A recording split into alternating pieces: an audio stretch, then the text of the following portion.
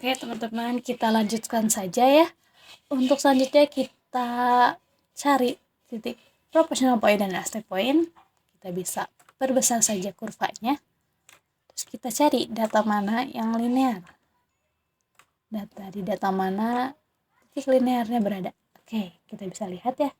Ini datanya ada di sekitar sini ya teman-teman. 100. Nah, datanya ada di sini ya teman-teman. Di 150. Di sini ya teman-teman, di 155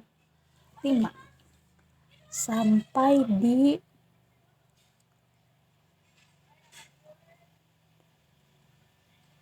mungkin sampai di sini ya teman-teman, di 232. Oke, kita bisa cari saja datanya di 155,155.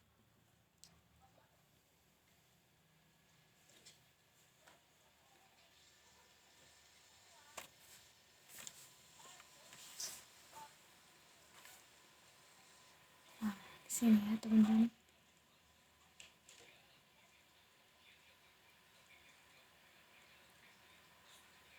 Jadi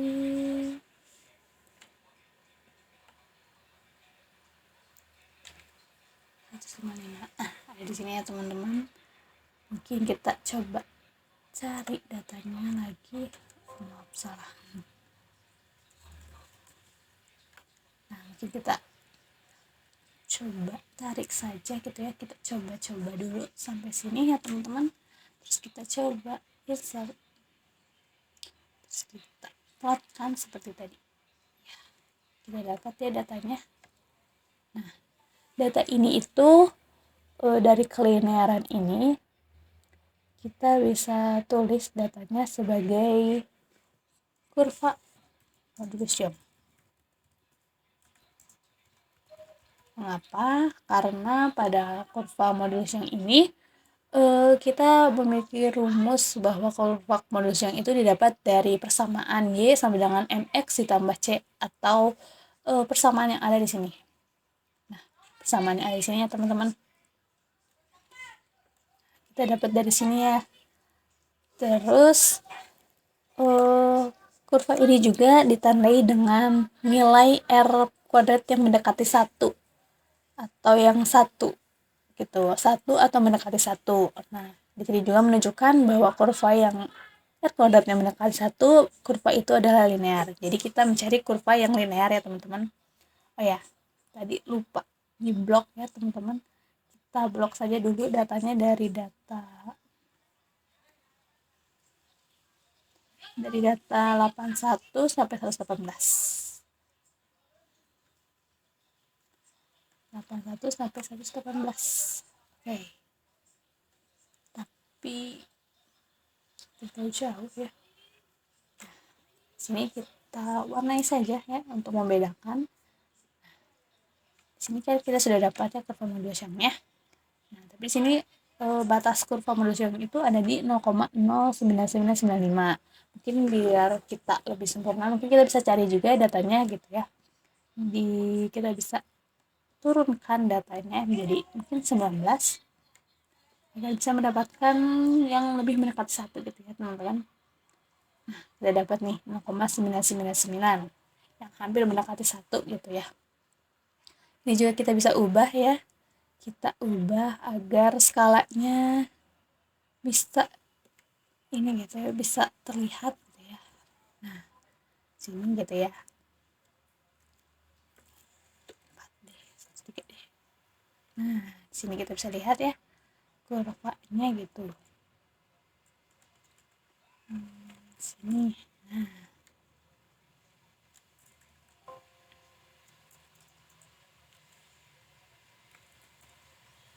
Nah, bisa kita lihat ya kurvanya lurus linear di sini ya.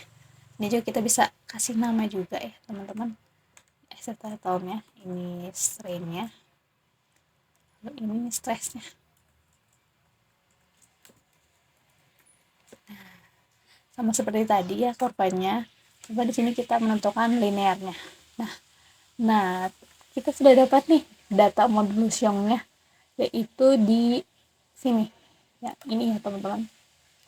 Karena data ini masih general, kita bisa ubah jadi dia bisa menjadi number ya teman-teman. Nah, kita sudah dapat data lengkapnya, angka lengkapnya teman-teman. Bisa kita copy saja data yang ini, lalu kita pindahkan ke sini. Sebenarnya untuk menentukan modus yang ini juga kita bisa menggunakan rumus ya teman-teman, yaitu dengan membagi si stressnya dengan strainnya. Dan karena ini di Excel, kita bisa saja langsung mencarinya dengan formula yang ada ya teman-teman. Di sini kita bisa tulis untuk kurva, dan di sini ada untuk formula. Nah, kita tulis saja di sini sama dengan slope. Terus kita ambil data yang tadi ya, data yang sebelumnya udah kita blok, di Y-nya itu di stressnya. Nah, terus kita koma, terus kita ke X-nya, data yang X-nya itu strain-nya. Kita enter saja. Nah, kita bisa lihat ya. Nah, datanya hampir mirip ya teman-teman, karena bisa dibilang dari data ini bisa dibilang bahwa solusinya benar, data tepat teman-teman. Nah, untuk selanjutnya kita bisa menentukan nih proportional point-nya. Untuk proportional point-nya itu ada di titik terakhir dari hasil linear yang tadi. Nah, kita bisa tandai saja ya teman-teman. Nah, hijau. Nah, kita bisa copy dulu datanya, terus kita pindahkan ke sini sebagai proportional point-nya. Selanjutnya untuk elastic point-nya. Elastic point-nya itu adalah data setelah data proportional point-nya ya teman-teman. Bisa kita tandai dulu. Jadi warna merah.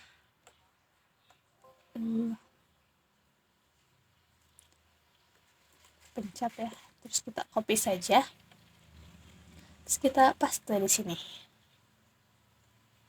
Pastenya yang value ya teman-teman agar tidak error. Nah, kita sudah dapat nih data breaking point, maximum point, proportional point, dan elastic point-nya. Dan juga modulus Young-nya. Nah, untuk yield point-nya atau titik potongnya, kita bisa tentukan dengan cara melakukan offset atau kita menghitung offset yang ada dari strain dan stressnya.